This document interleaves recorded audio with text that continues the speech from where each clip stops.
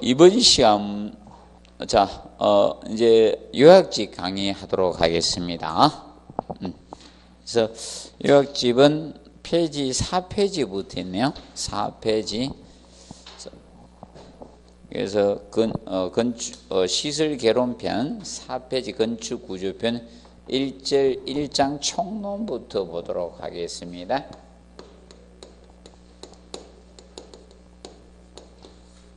1장 총론부터 보시면, 1장 총론에서 먼저 하중 부분을 다루고 있습니다. 하중 부분. 일단은 장기 하중하고 단기 하중 해놨죠. 건축물에 지속적으로 적용되는 하중을 장기 하중이라고 하죠. 그래서 고정 하중하고 하하중을 장기 하중이라고 해요. 얘는 건축물에 계속 존재하고 있죠. 맞죠? 잠시 이동은 가능하지만 존재하고 있습니다. 이 건물에 책상이 있고 맞죠? 사람이 있고 맞죠? 그런데 사람이 왔다 갔다 할 수는 있죠. 그런데 계속적으로 있잖아요. 이런 하중이 장기 하중에 속합니다. 근데 나머지는 단기 하중이죠. 적설이나 풍압이나 지진이나 이런 기타 압력은 장기 하중인데, 이때 적설 하중은 다설 지역에서는 뭐로 볼 수 있다? 장기 하중. 다설 지역이라는 것은 최심 적설 깊이가 최소한 1.2m 이상 돼야 돼. 1m 이런 많이 오는 데를 다설 지역이라고 하거든. 그래서 다설 지역에서만 장기 하중이다. 이것만 기억하면 돼. 다설 지역에서는 적설을 뭘로 볼 수 있다? 장기 하중으로 볼 수 있다. 그리고 고정 하중, 데드로드 하중에 대해서는 하죠. 건축물 자체의 무게, 구조물의 자중이나 구조물 존속 기간 중 지속적으로 구조물에 적용하는 이 장기 하중을 고정 하중 또는 사하중이라고 칭해요. 그런데 이번에 구조물에 부착 고정되면 다 무엇이다? 고정 하중으로 봐줍니다. 대표적으로 이런 것들, 설비라든지 건축 설비 부분 있죠. 설비라든지 비구조 부재들 있잖아요. 비구조 부재 이런 것들은 구조물의 부착 고정 여부 가지고 따지겠다는 거야. 예를 들어서 칸막이 벽이 있다. 예를 듭시다. 칸막이 벽이 있으세요. 칸막이 벽이 있으면, 이렇게 이 칸막이 벽은 보세요.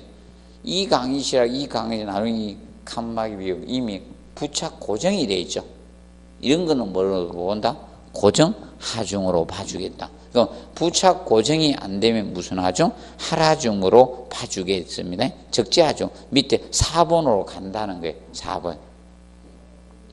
그래서 기억을 해 두시고, 그래서 그 다음에 작용 방향으로 수직 연직 하중으로 봐줍니다. 그리고 그 밑에 구조부재 해놨죠. 구조부재는 기둥, 기초, 보, 가세, 슬래브, 벽체 등 구조의 각 구성 요소를 구조부재라고 해요. 여기 부착 고정이 되면 무슨 하중? 고정 하중. 부착 고정 안 되면 하하중으로 갑니다. 하하중.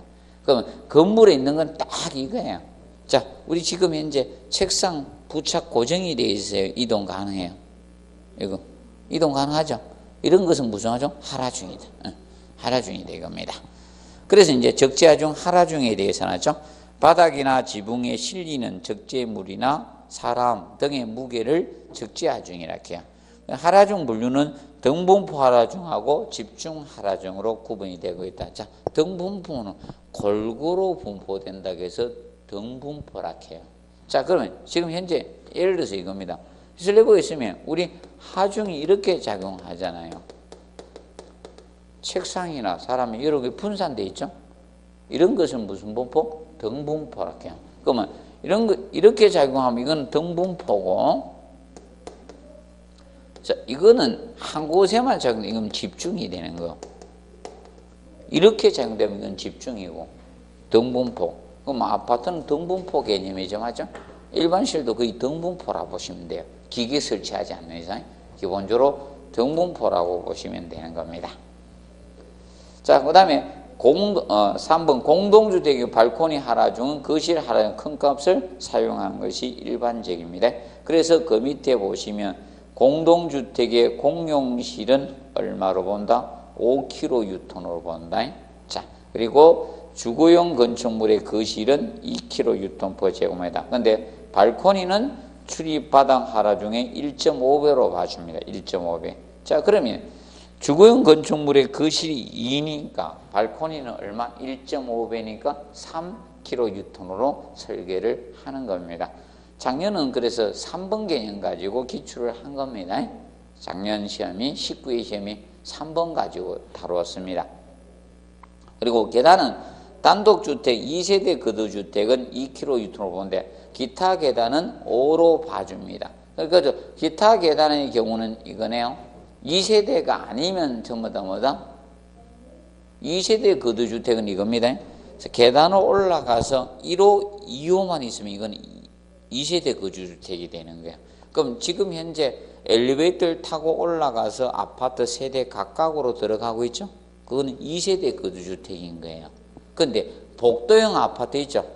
복도형 아파트는 2세대 거주주택이 아닌 거예요. 복도형은. 복도는 올라가 가지고 복도를 거쳐서 여러 세대 들어가죠?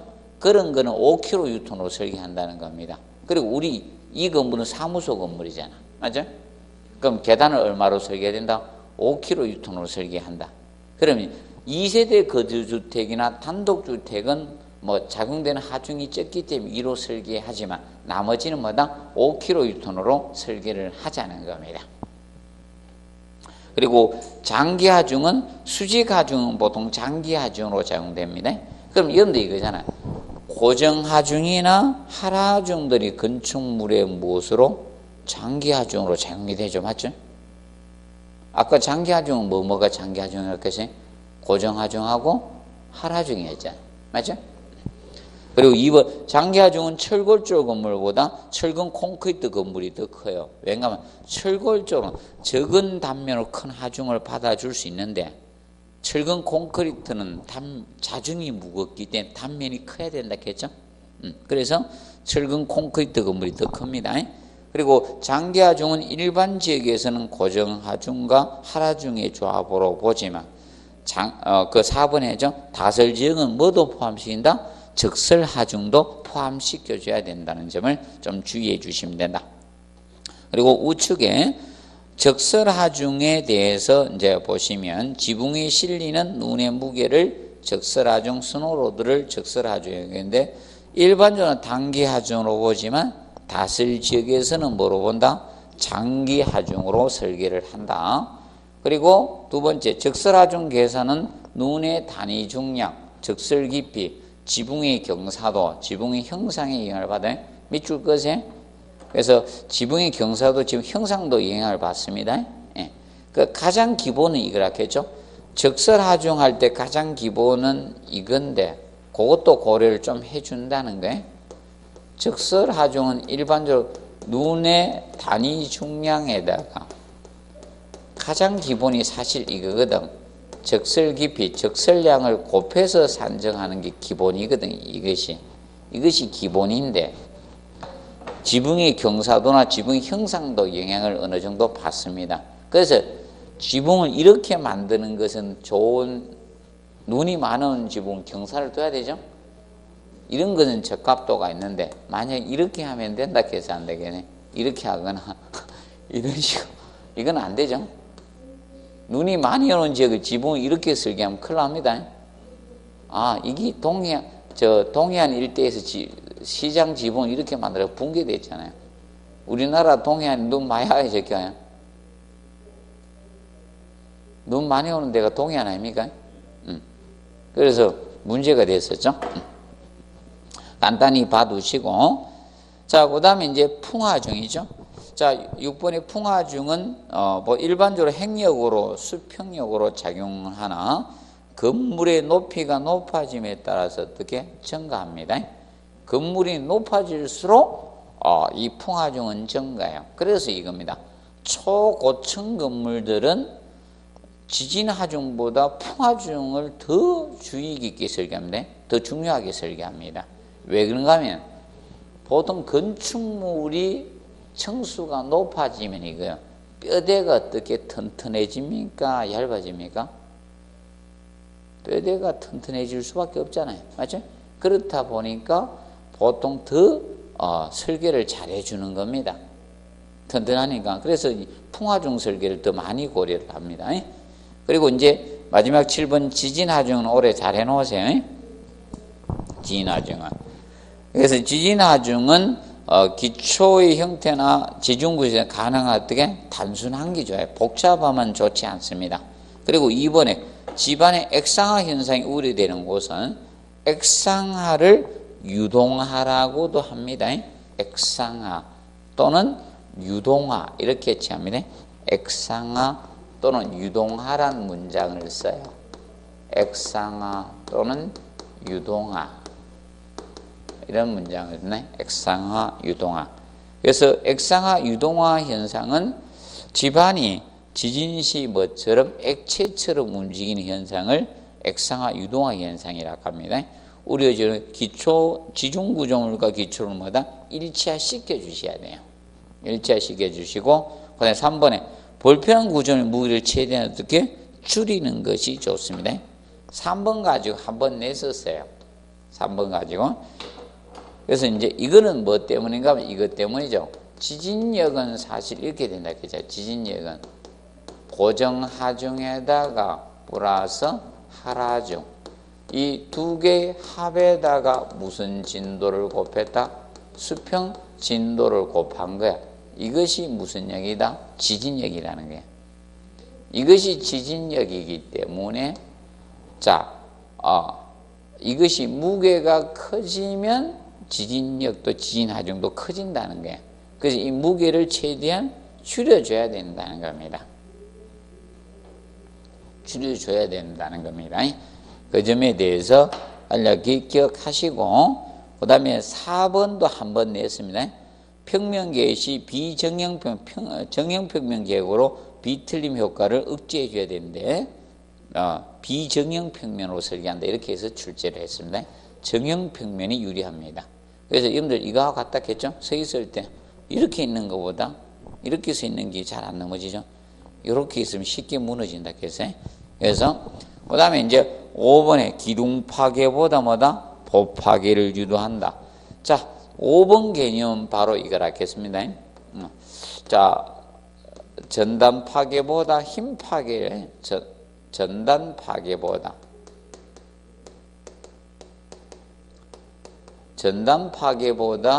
힘 파괴를 유도하라는 겁니다. 전단 파괴보다 힘 파괴를 유도하라 이겁니다.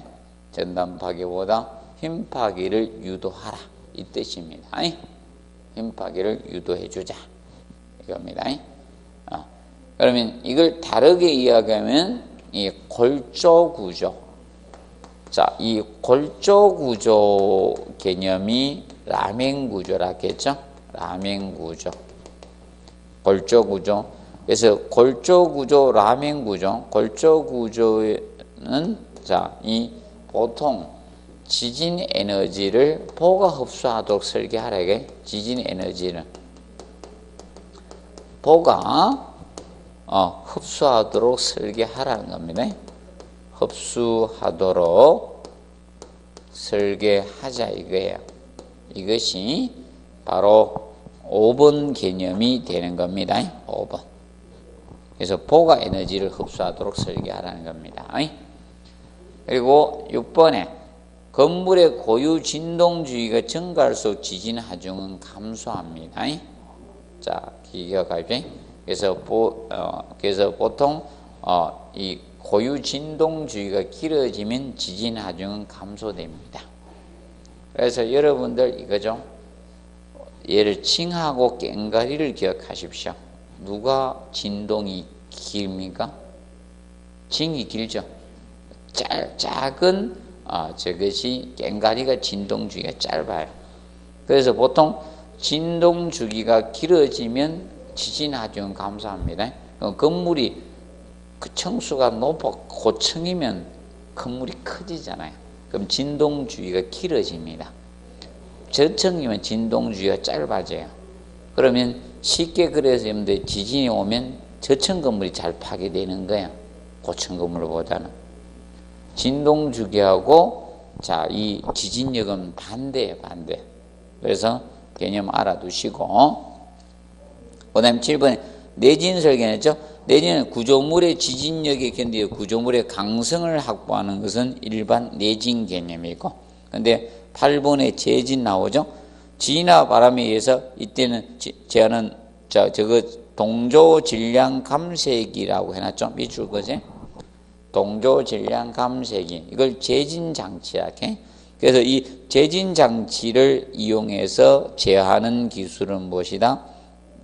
재진이라고 합니다. 별도의 장치를 이용하는 것이 재진입니다. 그래서 거기 기억에다 다시 한번 설명해 놨습니다. 이것이 바로 재진 기술이 됩니다. 근데 재진의 장점은 기존 건물의 구조 형식에 좌우되지 않고 특히 지방 계수의 제약을 받지 않는다. 지방 계수는 집안마다 발생하는 계수이기 때문에 결국 집안의 종류에 영향을 받지 않는다 이 뜻입니다. 그러면 사질이든 점토든 안반이든이죠, 관계가 없다는 겁니다. 그리고 단점은 대형 컴퓨터나 계측기를 설치하기 때문에 비용이 많이 들어갈 수밖에 없죠. 경기 소형 건물에 일반화될 수가 없습니다. 그리고 면지는 거기 해놨죠. 지진격리, 집안분리, 기초분리란 용어도 쓰는데, 보통 얘는 집안의 진동하고 건물의 진동 주기를 다르게, 인위적으로 다르게 하겠다는 겁니다. 그래서 일반적으로 밑에다가 저걸 많이 쓰는 겁니다. 이 방진, 적층 고무를 많이 활용하는 거예요. 반드시 이걸 쓰라는 것은 아니고 다른 걸 쓸 수도 있습니다. 그러면 집안의 진동 주기하고 건물의 진동 주기를 인위적으로 다르게 하겠다는 겁니다. 이것이 면진 기술입니다. 면진 기술. 그래서 요거는 일반적으로 구조물의 고유 진동하고 집안의 진동주 인위적으로 다르게 하겠다. 그래서 이제 지진에 저항하는 기술을 면진 기술이라고 합니다. 면진 기술. 그래서 면진 기술은 니은책까지 디자인이나 기능면에서 상부 구조를 보강하기 어려운 구조물 있죠. 여기에 유리한 것이 면진 기술입니다. 면진 기술. 그러면 상부를 튼튼하게 지어주면 되는데 튼튼하게 못 짓는다는 게 보강이 안 되니까 대신 집안에서 집안과 건물의 구조물의 조인트 부분을 다른 물질을 설치해서 진동 주기 인위적으로 길게 하겠다는 겁니다. 이것이 면진 기술 개념이 됩니다. 봐두시고, 그 다음에 두 번째, 건축물의 구조 분류적인 측면이 나옵니다. 구조에서 가구식 구조하고 조적식 구조, 일체식 구조 부분을 다루어 놨습니다. 그러면 가구식 구조는 가구를 짜 맞추듯이 이런 것이 가구식 구조입니다. 그래서 이제 보통 목구조하고 철골구조가 여기에 해당되는데, 그래서 특징해놨죠. 공사기간이 어떻게 단축된다는 거. 내지는 행력에는 강해요. 수평력에는 강하다 이겁니다. 그런데 해체, 수리, 보강, 시공 등도 용이하죠. 근데 단점이 4번이죠. 습기하고 하재에 약하다는 거예요. 그래서 얘는 자체적으로 내하 구조가 될 수는 있다 없다? 없다. 그래서 5번에 비내하적인 구조고 물을 사용하지 않는다. 그래서 무슨 건식 구조에 해당됩니다. 그리고 우측 철골 구조에 대표적으로 거기 한번 해놨습니다. 간단히 보시고.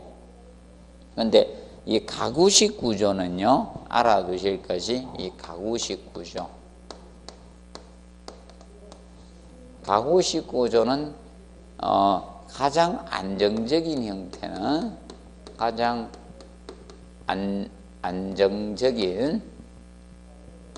안정적인 형태는 어느 때 가장 안정적인가 하면 삼각형 구조일 때, 삼각형.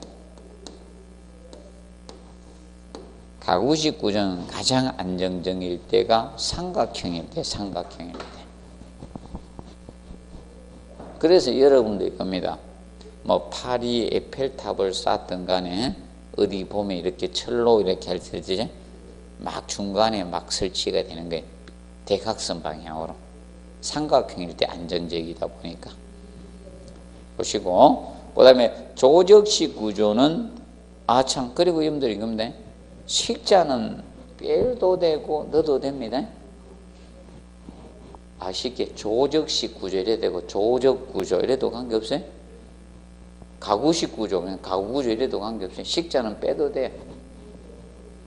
그래서 조적식 구조는 벽돌이나 벌록을 갖다가 시멘트, 모르탄 접착제 차곡차곡 쌓아올린 구조가 조적식 구조죠. 그래서 얘는 내하 내구 개념은 됩니다.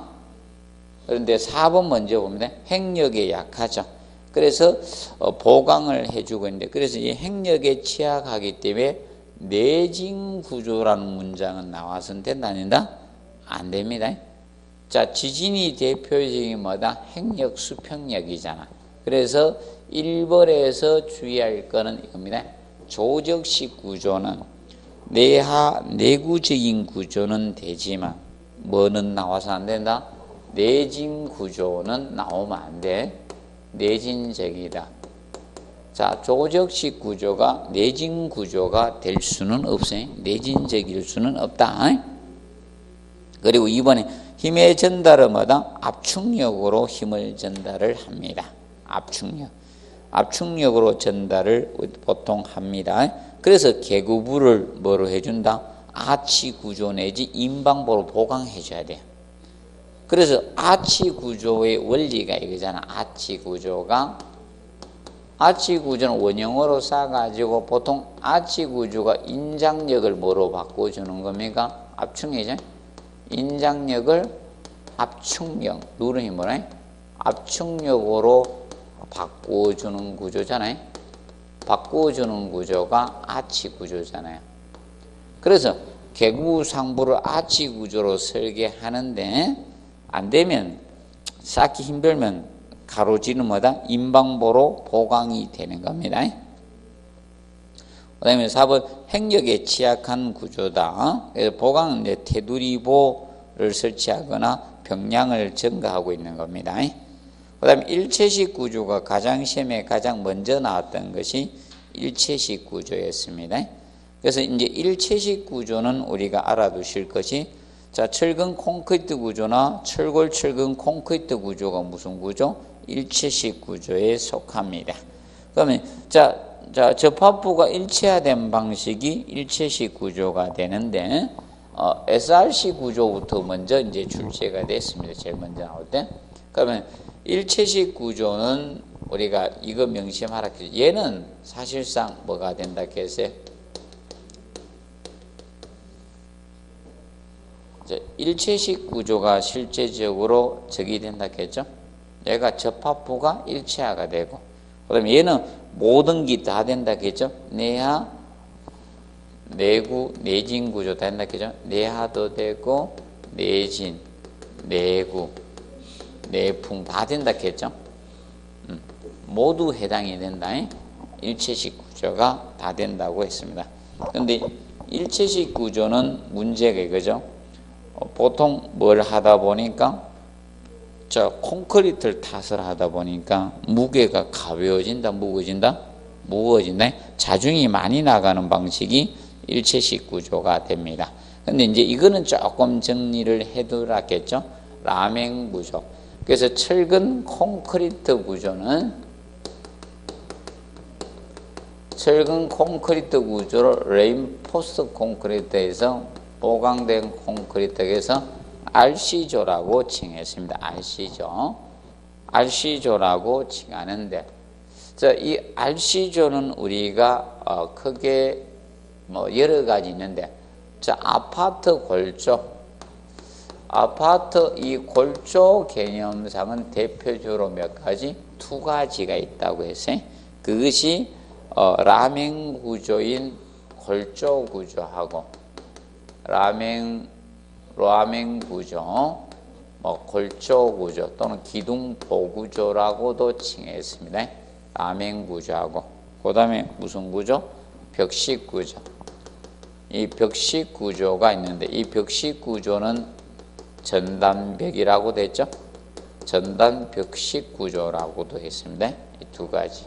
그러면 이제 라멘 구조하고 벽식 구조의 차이점을 간략히 기억을 해 놓으시면, 자, 라멘 구조는 구성 요소가 뭐가 있다 했어요? 기둥하고, 얘는 보가 꼭 있다 했죠? 보가 핵심 포인트다. 보를 설계한다. 그리고 바닥판 슬래브가 있죠? 바닥판 슬래브를 구성한 구조. 그것이 라멘 구조. 근데 이 벽식 구조는 기둥하고 보는 설계가 되지 않습니다. 기둥과 보가 설계되지 않는다. 대신 이 벽식 구조는 철근 콘크리트 뭐가 있고 벽하고, 이 벽이 전단벽, 내력벽이면서마다 전단벽 역할을 합니다. 전단벽은 수평력, 핵력, 지진이나 바람과 같은 핵력에 저항할 수 있는 구조를 무슨 구조? 무슨 벽? 전단벽이라 해요. 수평력까지 저항할 수 있어야 돼. 수평력에 저항할 목적으로 설치된 벽을 전단벽이라고 합니다. 그래서 또는 내력벽 역할도 동시에 합니다. 그래서 내력벽식, 전단벽식 구조 이렇게 칭합니다. 그리고 바닥판 슬래브가 구성된 거예요. 이것이 벽식 구조라고 했습니다. 그런데 지금 아파트에서 가장 많은 아파트가 무슨 구조? 벽식 구조. 얘보다죠? 얘가 많아요. 아파트에 지금 현재. 그래서 이 두 개의 구조로 구분이 되는데, 자, 그래서 일단은 얘는 포가 있기 때문에 층 높이는 둘이 비교했을 때 누가 높아진다 했어요? 층고는 얘가 높다 했죠? 포 때문에. 층 높이는 얘가 낮다고 했죠? 층 높이는. 층고의 개념은 라멘 구조가 포 때문에 높아져요. 그런데 벽식 구조, 전단 벽식 구조는 포 높이가 포가 없기 때문에 바로 층 높이는 얘가 낮아집니다. 두 가지 중에 근데 공간의 가변성은, 얘는 벽이 틀리죠. 가변성이 얘가 조금 있고요. 얘는 공간의 가변성이 떨어질 수밖에 없죠. 공간의 가변성이 떨어집니다. 왜 그런가 하면 벽 때문에 그래. 여기에는 보통 조적벽이 쌓아져요. 여기는 장막벽 개념이고, 여기서는 벽이 장막벽으로서 보통 비내력벽에 해당이 되거든. 실과 실을 나눌 때 이 장막벽을 씁니다. 라멘 구조에서는 조적벽으로 쌓여요. 벽돌로 많이 씁니다. 벽돌 장막벽으로 구성이 되거든.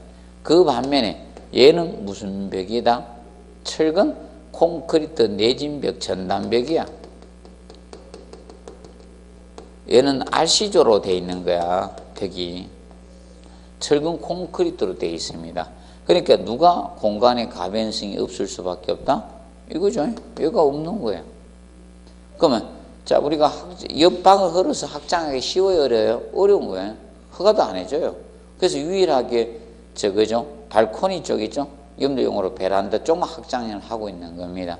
그래서 개념상 틀려지는 거다. 얘가 공간의 가변성이 어느 정도 있다. 근데 얘는 공간의 가변성이 없다는 거예요. 그 측면을 기억하시고, 그 다음에 이제 바닥판 두께가 누구 두꺼워진다? 벽식 구조가 더 두껍습니다. 바닥판 두께. 그래서 층간소음을 방지하게서, 층간소음 방지 개념에서 방지하게서 바닥판 두께, 슬래브 두께가 얘는 자 150mm 15cm 이상 해줘야 돼. 두께 150mm 이상을 해주는 반면에, 자 얘는 층간소음 방지를 하기 위해서 층간소음 방지 개념상 바닥판 두께, 슬래브 두께가 210mm 이상을 해줘야 돼요. 결과적으로 누가 자중이 많이 나갈 수밖에 없다? 벽식 구조 자중이 많이 나가요. 둘이 비교했을 때 얘가 자중이 더 증가되는 거야. 자체 무게를 다 높지만 두 개를 비교했을 때 누가 더 증가다? 얘가 커지는 겁니다. 자중이. 자체 무게 자중은 얘가 더 많이 늘어날 수밖에 없는 거예요. 자중. 얘는 뭐 때문에 자중이 정한 바닥판 두께가 두꺼워졌기 때문에 바닥판 두께 때문에 바닥판 두께 때문에 두께로 인해서 자중이 증가되는 거예요. 무게가 증가된다는 측면을 기억을 해 두시면 된다. 자, 그리고 하중 전달이 자 이렇게 됩니다. 자, 라멘 구조는 하중이 슬래브에 떨어짐 슬래브의 하중이 얘는 어디로 간다? 포로 이동하는 거예요. 포로 갑니다. 슬래브의 하중을 포로 갔다가 기둥, 기초 이렇게 해서 집안으로 전달이 되는 거예요. 그 반면에 벽식 구조는 하중이 슬래브의 하중이 어디로 가는가 하면 이거는 벽으로 가는 게 바로 얘는 벽으로 간다. 얘는 포로 가는데 그래서 벽을 해서 기초로 해서 집안으로 전달이 됩니다. 그래서 혼돈하지 않도록 비교를 해 두시면 된다. 그래서 이거 가지고 시험에 몇 번 언급을 했었어요. 그래서 기억을 해 두시면 되겠습니다. 그래서 라멘 구조는 그래서 이제 저것도 틀리죠. 그래서 일반적으로 둘이 내진상은 벽식 구조가 유리해요. 그래서 라멘 구조로 할 때는 별도로 뭔가 하면 내진벽을 보강을 해줘야 돼요. 자, 그래서 라멘 구조의 경우는 저기죠. 코아 부분에다가 그래서 계단실하고 성간기 화장실 있는 부분을 코아 부분이라 해요. 그래서 거기에다가 철근 콘크리트 내진벽을 보강을 보통 해주고 있는 거예요. 그렇게 보시면 됩니다. 골조 구조는 좀 내진 보강을 좀 해주는 것이 유리합니다. 그래서 코아 부분에 전단벽을 보통 설계를 추가적으로 좀 해주는 것이 좋습니다. 그 점에 대해서 정리를 해 두십시오. 자, 그리고 철폐 특수 구조에서 입체식 구조에서 현수 구조는 케이블로 매단 구조가 무슨 구조?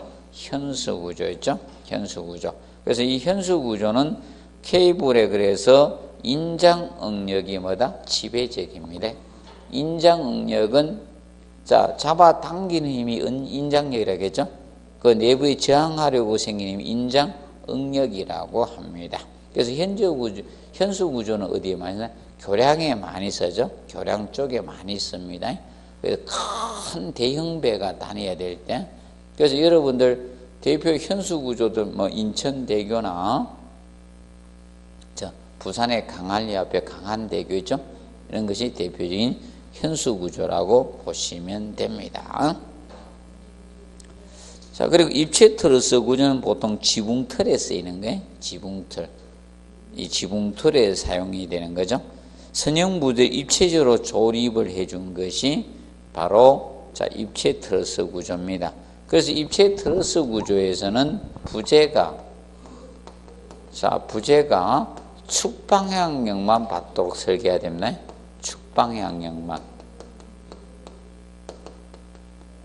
그래서 보통 기본 이 입체 트러스 구조는 부재가 이 축방향력만 받도록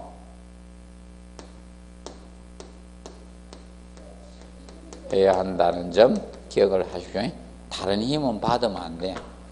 축방향력만 받도록 설계하는 게 기본입니다. 그 다음에 조립 구조는 약칭 프리패브 구조라고도 합니다.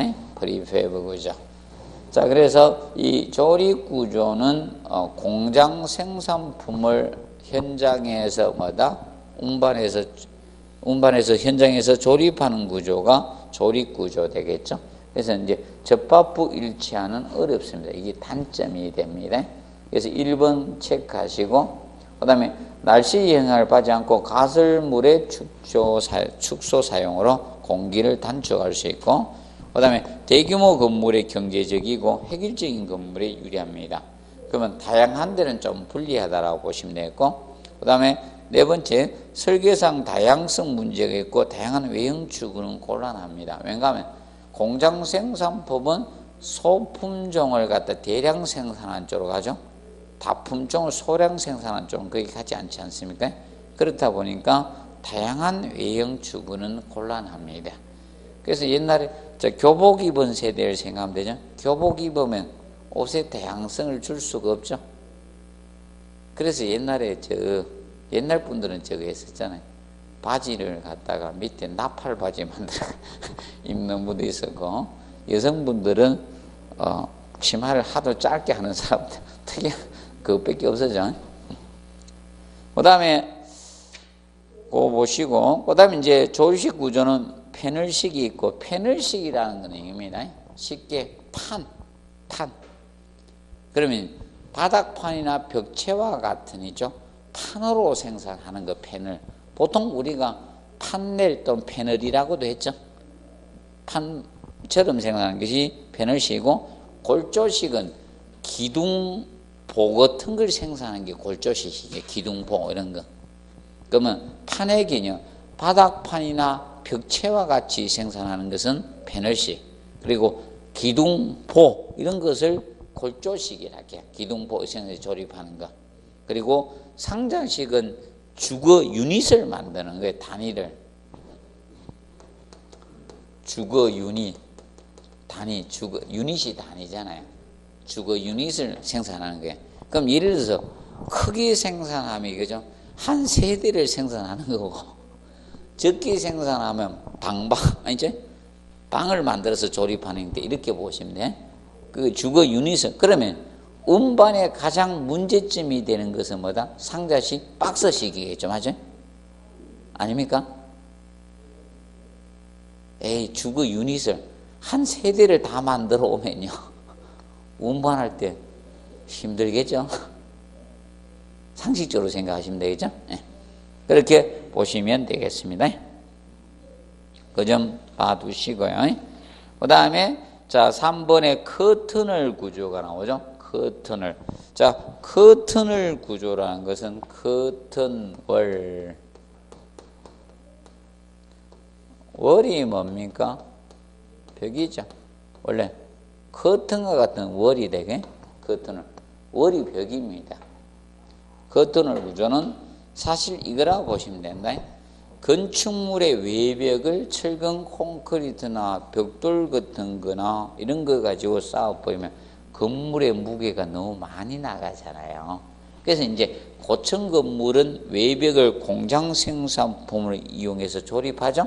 그래서 그 1번에 커튼 비닐볼 이 공장 제품을 갖다가 현장에서 조립하는 거야.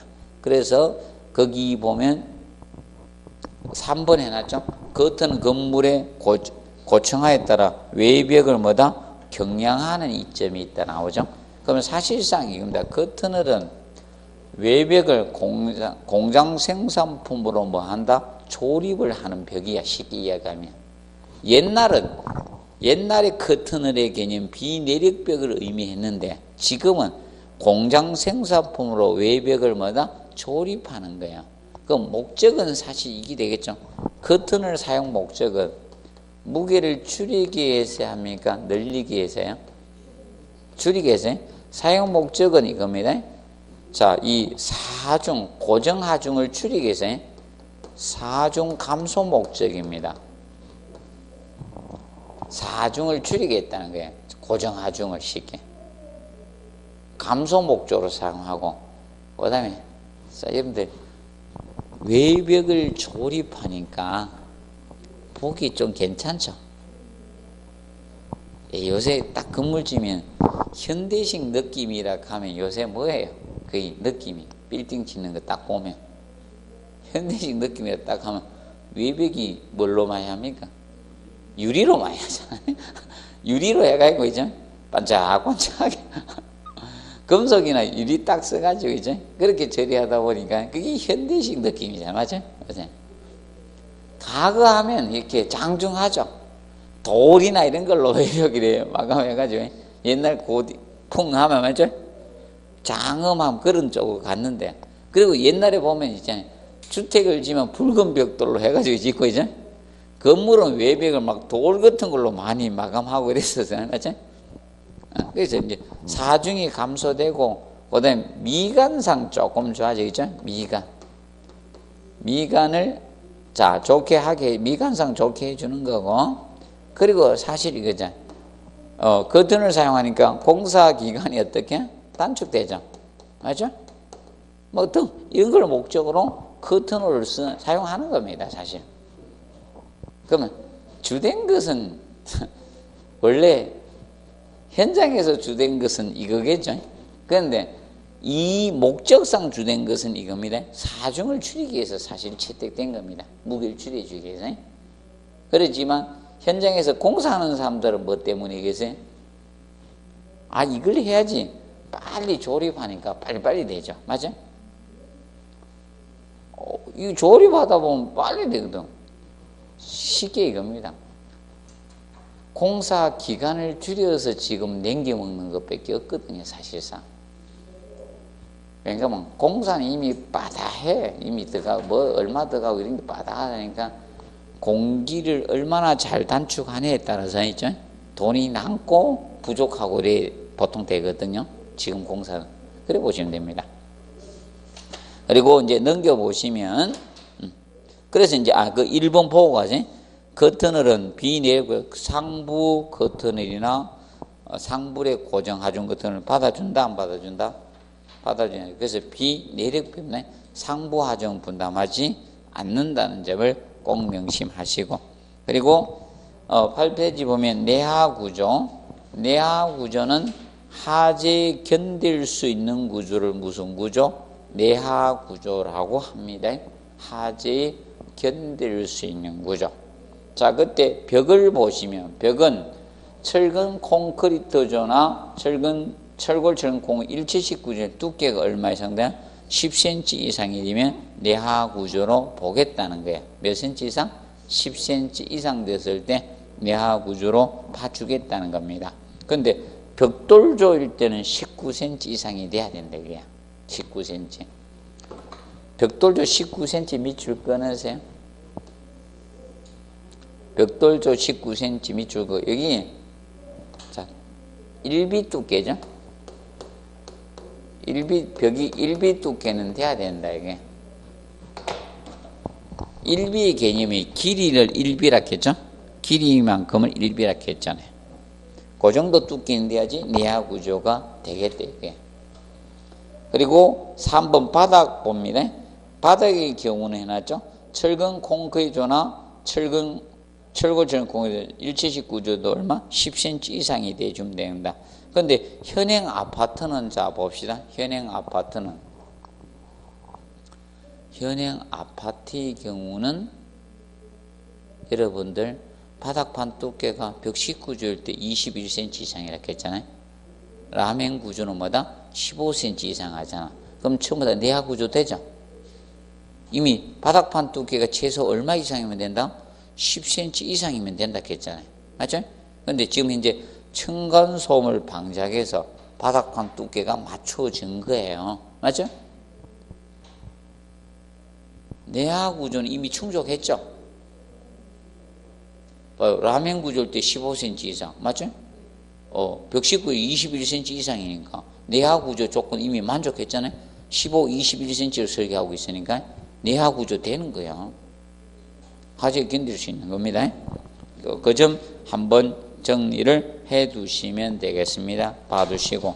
그럼 내하 구조는 하재 견딜 수 있는 구조 내하 구조고, 이거하고 헷갈리면 방하 구조는 하재가 연소 현상을 나타나지 하를 타지 않고 하재 확산을 방지하면 뭐다?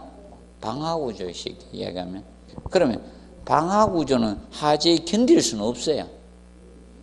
자기가 하를 타면 안 돼. 그럼 쉽게 이런 거는, 자, 그죠? 안에 저런 거 되는 거죠? 칸막이벽 형태 되어 있는 거죠? 그런 거는 보통 내하 구조일까요? 방하 구조로 설계될까요? 방하 구조라 보면 돼. 이런 것 봐. 칸막이벽들은. 칸막이벽이 불 잘 타는 걸로 만들면 안 되겠죠? 나무로 만들어놨는지 이러면 안 되겠죠. 그래서 여러분들 보통 보면 저런 거죠. 석고판이나 뭐죠? 성면 시멘트판 이런 거 쓰잖아요. 맞죠? 그러면 그래서 이제 방화 구조는 혹시나 알아두실 것, 두께가 나오면 철망 모르타르, 철망 모르타르는 모르타르 발음은 있죠. 발음 두께가 철망 모르타르는 2cm 이상이 되면 돼요. 2cm 이상. 센치가 나오면 2cm. 철망 2철이. 철이. 은하철도 9구를 보신 분들은 철이 하는데 철이가 간혹가다 남한테 틀리가 홀딱 벗긴 경우가 많죠. 그래서 방화 구조는 2cm 이상 되고, 자 그리고 신벽에 흙으로 맞벽치기 한 거, 신벽에 흙으로 맞벽치기 한 거, 이것은 두께에 관계 없어요. 신벽은 중심벽을 신벽 이렇게 신벽에 흙으로 맞벽치기 한 건 두께에 관계 없고요. 세 번째, 이 방화 구조는 기타는 뭐뭐 학계라 뭐 석고판 뭐 성면 시멘트 뭐 주어지. 그래서 뭐뭐는 학계라는 단어가 하나 돼요. 2개 이상이니까 학계가 2.5cm 이상 되면 돼요. 학계가 뭐하고 외우지 마시고 안 써줍니다. 일부러. 학계가 2.5cm 이상이 돼주면 돼. 2.5cm. 그러면 철망 모르타 두께는 정확히 알아둬야 돼. 발음 두께는 얼마다? 2cm 이상이면 돼. 그리고 학계라는 건 A하고 B 2개 재료를 썼다는 겁니까? 그때는 얼마 된다? 2.5cm 이상이 되어주시면 되는 겁니다. 그 점 정리를 해 놓으십시오. 이번 시간은 여기서 마무리하고 잠시 휴식하고 그 2장 기초구조 들어가도록 하겠습니다.